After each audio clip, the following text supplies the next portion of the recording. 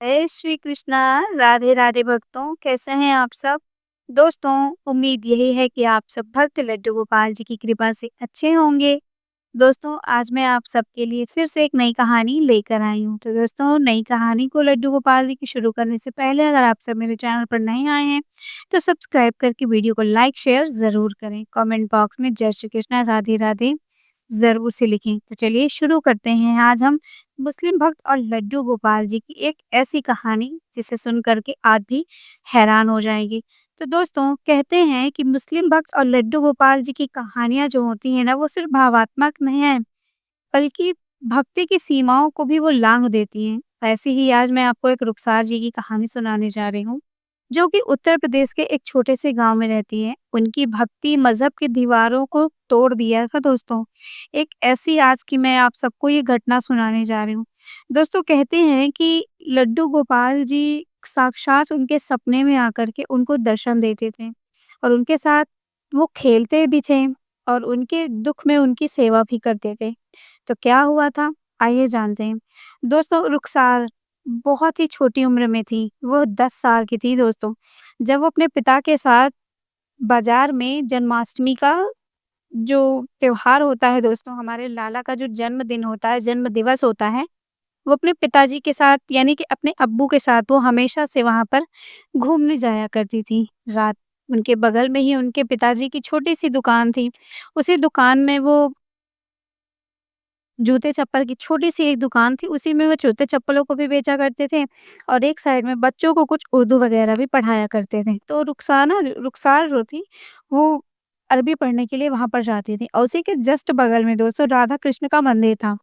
तो शाम का टाइम था, रुखसार अपने अब्बा से कहती हैं कि अब्बा, आज मैं यहाँ पर मंदिर में कुछ होने वाला है क्या? मेला लगने वाला है क्या?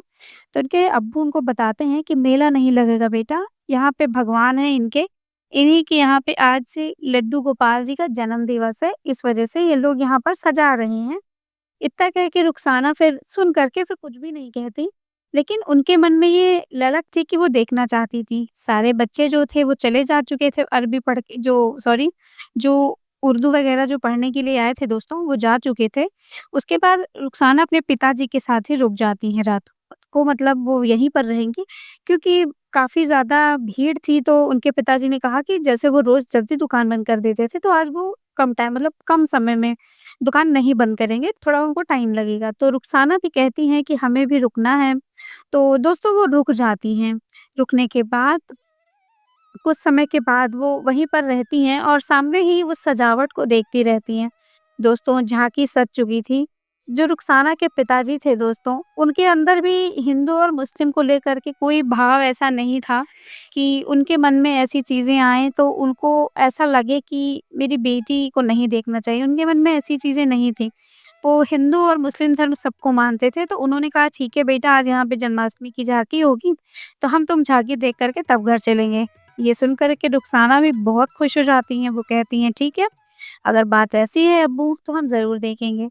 अब्बू और रुखसाना दोस्तों लड्डू गोपाल जी का जन्म देखते हैं, उनकी झाँकी देखते हैं, कैसे भगवान पैदा हुए थे। प्रोजेक्ट वहाँ पर एक पर्दा लगा कर के दोस्तों उसको दिखाया गया कि कैसे-कैसे भगवान पैदा होते हैं, उनका जन्म होता है, कैसे नंद बाबा उन्हें गाँव पहुँचाते हैं। उसके बाद फिर से वो कैसे मथुरा आते हैं, सारी चीज़ें डिटेल में दोस्तों वहाँ पर दिखाई जा रही थी और यही देखना सबसे ज़्यादा रुखसार को अच्छा लग रहा था। रुखसार तो ऐसे खो गई थी मानो उस टीवी में जो दिख रहा था ना, वो उस चीज़ को जी चुकी हैं, उसे ऐसा महसूस हो रहा था। कुछ देर के लिए उसके अब्बा ने भी उसे झकझोरा और बोला, "क्या हुआ बेटा और तुम्हारी आँखों में ये आँसू क्यों आ गए?" रुखसार कहती है, "पता नहीं अब्बा, मुझे ऐसा क्या हो गया कि मुझे देख कर के आँसू आ गए।" उसके बाद फिर उन्होंने कुछ भी नहीं बोला, उन्होंने कहा कि ठीक है, अगर ऐसी बात है, तो चलते हैं हम घर, ज़्यादा मत देखो।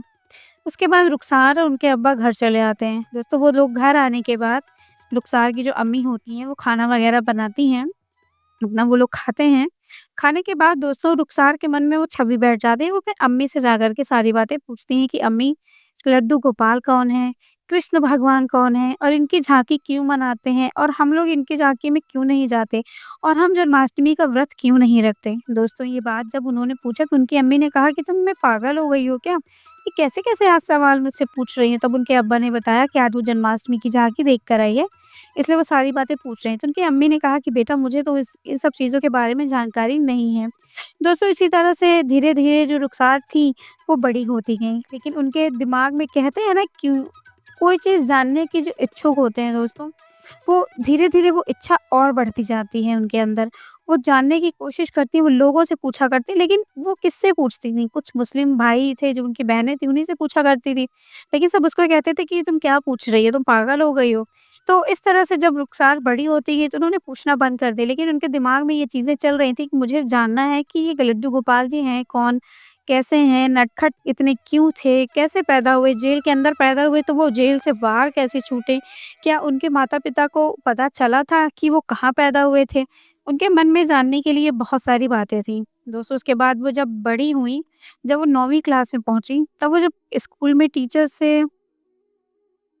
से जब वो मिलती हैं, तो उन्होंने टीचर से अपने बात की, तो टीचर ने उन्हें सारी बातें बताई अच्छे तरीके से कि कृष्ण भगवान कौन हैं, लड्डू गोपाल जी कौन हैं और कैसे उन्हें कारागार में रखा गया और कारागार में रखने के बाद कैसे वो बाहर निकले और कैसे वो पूरे देश की रक्षा कर रहे हैं। उन्होंने एक धर्म की कैसे रक्षा की। जब सारी बातें उन्होंने सुनी, तो वो घर आके अपनी अम्मी से ये बात बताने लगी कि अम्मी आज ऐसी-ऐसी चीज़ें हमारे वहाँ पर हुई हैं।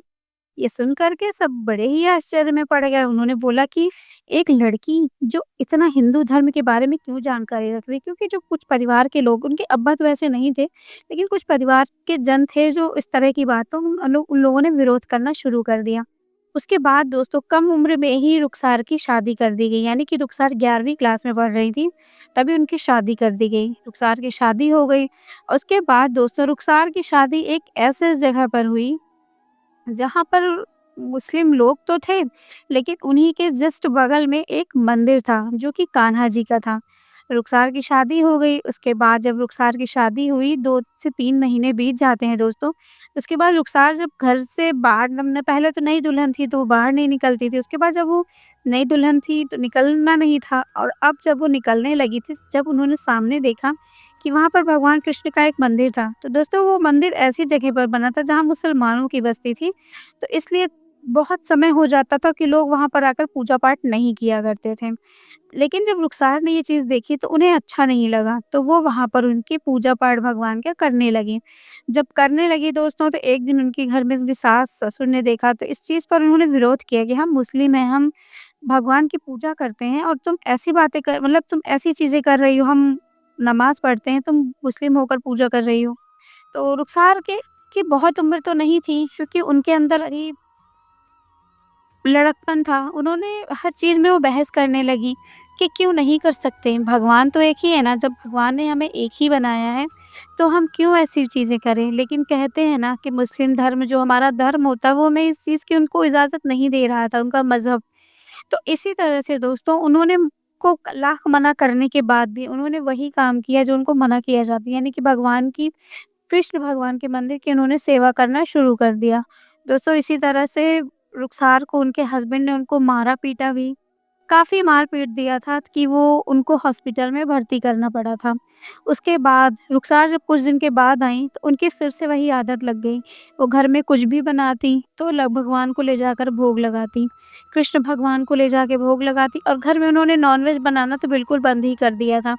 वो हमेशा भगवान राधे-राधे का जप करती, बहुत सारी ऐसी चीज़ें करती, तो उनको घर वालों को लगा कि ये ठीक नहीं है हमारे घर में। कुछ लोग उनके अम्मी से भी उन्होंने बात करी। अम्मी से भी बात करने के बाद उन्होंने बताया कि हाँ, तुम आपकी लड़की ऐसे कर रही है। घर वालों ने कोई मतलब घर वालों ने भी समझाया कि हमारी बेटी बचपन से ही भगवान के उसमें रही है। हम लोग ने उनको बहुत सारी ऐसी चीज़ें उन्होंने बताई, लेकिन उन्होंने कहा कि हम आपकी बेटी को अब नहीं रखेंगे। उन्होंने ऐसी बातें की दोस्तों। घर वालों जो उनके माता-पिता थे, उन्होंने बहुत हाथ-पैर जोड़े, लेकिन उन्होंने कहा कि नहीं, एक ऐसी लड़की जो भगवान की पूजा करती है, हम इनको नहीं रख सकते। क्योंकि बहुत ज़्यादा विरोध हो गया था, गाँव वालों ने, मोहल्ले वालों ने बहुत कुछ कहना शुरू कर दिया था। उसके बाद दोस्तों कुछ वक़्त बीत जाता है। फिर उनके माँ-बाप उनको वहाँ से ले जाते हैं। जब उनके माता-पिता उनको वहाँ से ले जाते हैं, ले जाने के बाद दोस्तों फिर वो कुछ भी नहीं कहती, वो बस वहीं अपने घर मायके जाने के बाद भगवान में ही रमी रहती हैं। तो इधर उनके माँ-बाप भी इनको यहाँ से भगा देते हैं कि तुम्हें मतलब जब यही सब करना था तो तुम फिर शादी तुमने क्यों की? और शादी की तो तुम अच्छे से नहीं रही, तो माँ-बाप को भी ये चीज़ अच्छी नहीं लगने लगी, तो माँ-बाप ने भी उन्हें घर से निकाल दिया। दोस्तों निकालने के बाद रुखसार एक जगह पर जाती हैं, एक दूसरे गाँव में जाती हैं, जहाँ पर उनको कोई नहीं जानता था और रुखसार को देख कर के सब मतलब उनसे बात भी नहीं करना चाहते थे, कोई बोलता भी नहीं था क्योंकि वो नए गाँव में गई थी। नए गाँव में वो एक नीम का पेड़ था, उसी नीम के पेड़ के नीचे वो हमेशा बैठी रहती थी। तो एक आदमी वहाँ के थे जो आए, उन्होंने उनसे पूछा कि आप यहाँ पर क्यों बैठी रहती हो? तो क्या बात है? तो उन्होंने बताया कि मैं यहाँ पर इसलिए बैठी रहती हूँ क्योंकि मैं भगवान की पूजा करती थी और मैं मुस्लिम धर्म से हूँ और उन लोगों ने हमें गाँव से निकाल दिया और मेरे माँ-बाप ने भी मुझे निकाल दिया, अब मैं कहाँ जाऊँ? तो उन गाँव वालों ने कहा कि ठीक है, एक नदी है, नदी के किनारे एक छोटी-सी झोपड़ी बनी है। मतलब झोपड़ी क्या है, घर है कच्चा-सा, आप जाओ वहीं पर और वहीं पर रहो और वहीं पर रहो और हम आपको वहीं पर खाना भिजवा दिया करेंगे और आप मुस्लिम हो तो हमारे यहाँ मोहल्ले में ना रहो क्योंकि हम पंडित लोग हैं। तो हमारे यहाँ ऐसा नहीं है कि कोई मुस्लिम भी हमारे यहाँ आए, और रही खाने की बात तो हम आपको खाना वहाँ पे भिजवा देंगे। दोस्तों इसी तरह से रुखसार वहाँ पर जाती हैं, वहाँ पर झोपड़ी जो होती है थोड़ी बहुत साफ करते हैं, उनको लोग कंबल और बिछाने का कुछ सामान दे देते हैं। कुछ लोग एक लोटा वगैरह दे देते हैं पानी पीने के लिए, उसके बाद वो वहीं पर चली जाती हैं। दोस्तों अब रुखसार शाम हो जाती है, शाम से सुबह हो जाती है और सुबह से फिर शाम हो जाती है। इसी तरह से 2 दिन बीत जाता है। जो लोगों ने कहा था कि तुम गाँव के किनारे जाकर रहो, हम तुम्हें पानी और खाना भिजवाएँगे, उन्होंने खाने की तो बात छोड़िए, कोई आदमी भी वहाँ पर नहीं दिखा था।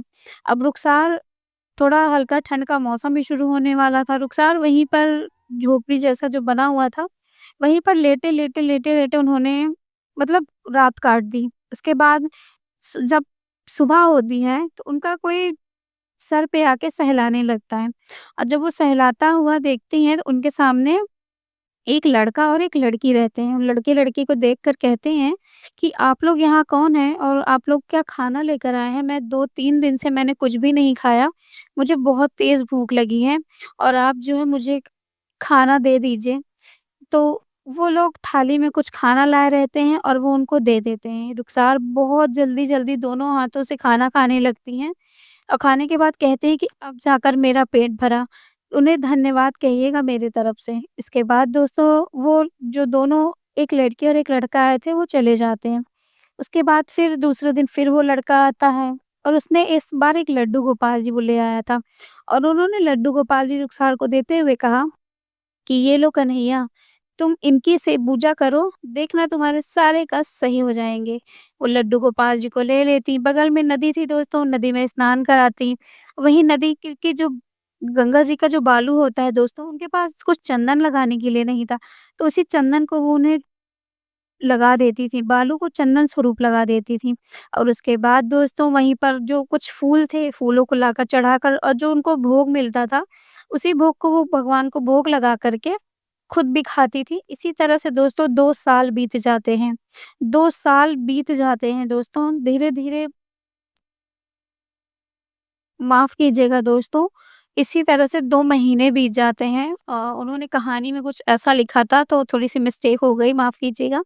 तो दोस्तों इसी तरह से 2 महीने बीत जाते हैं। लगातार उनको हर रोज़ खाना जाता और बहुत ही अच्छे-अच्छे पकवान वो खाती।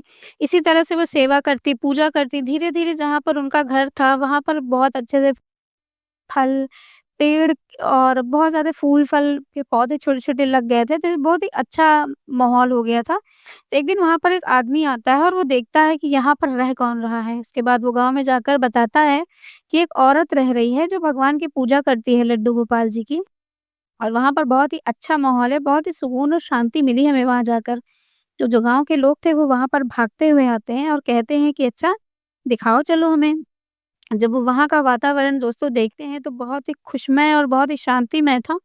वो उसी में खो जाते हैं, कहते हैं वाह! ये तो कितना अच्छा यहाँ पर यहाँ का माहौल है। इतना सुन कर के वो फिर कुछ भी नहीं बोलती।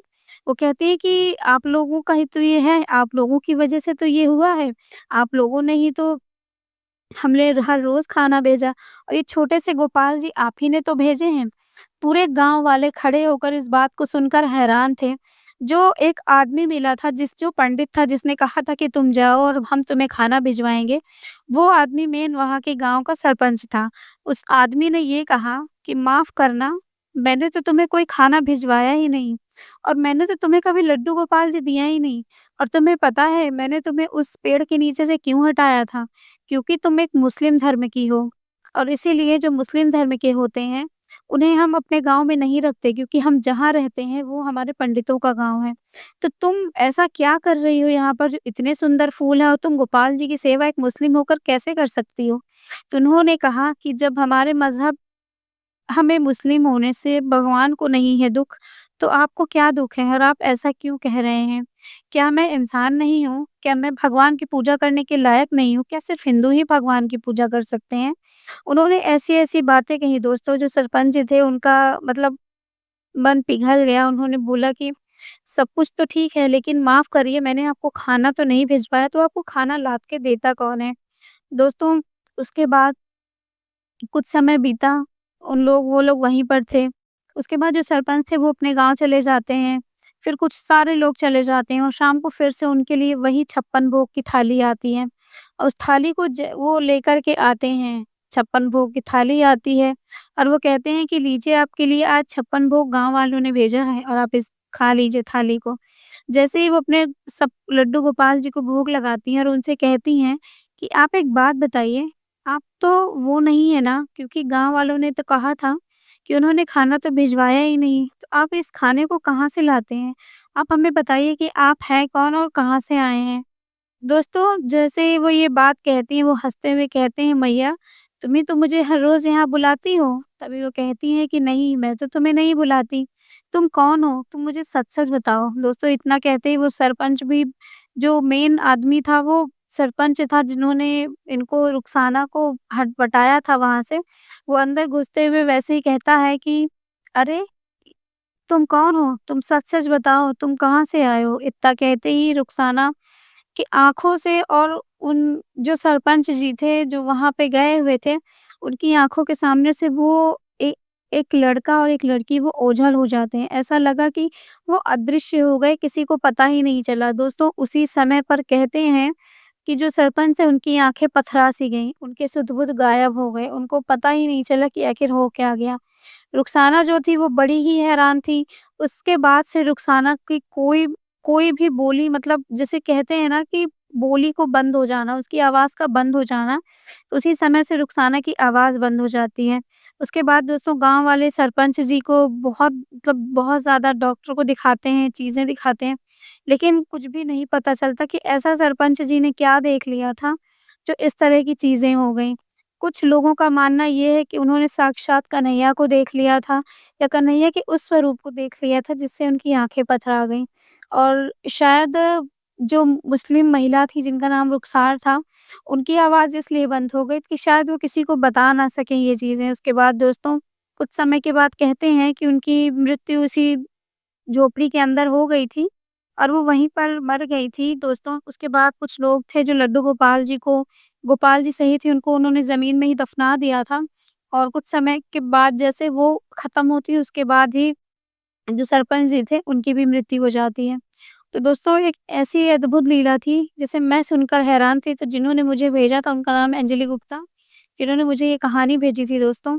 तो चलिए आज की ये लीला कथा को हम यहीं पर समाप्त करते हैं। मिलूँगी फिर से एक नई लीला कथा के साथ दोस्तों, तब तक के लिए ख़्याल रखिएगा। राधे, राधे।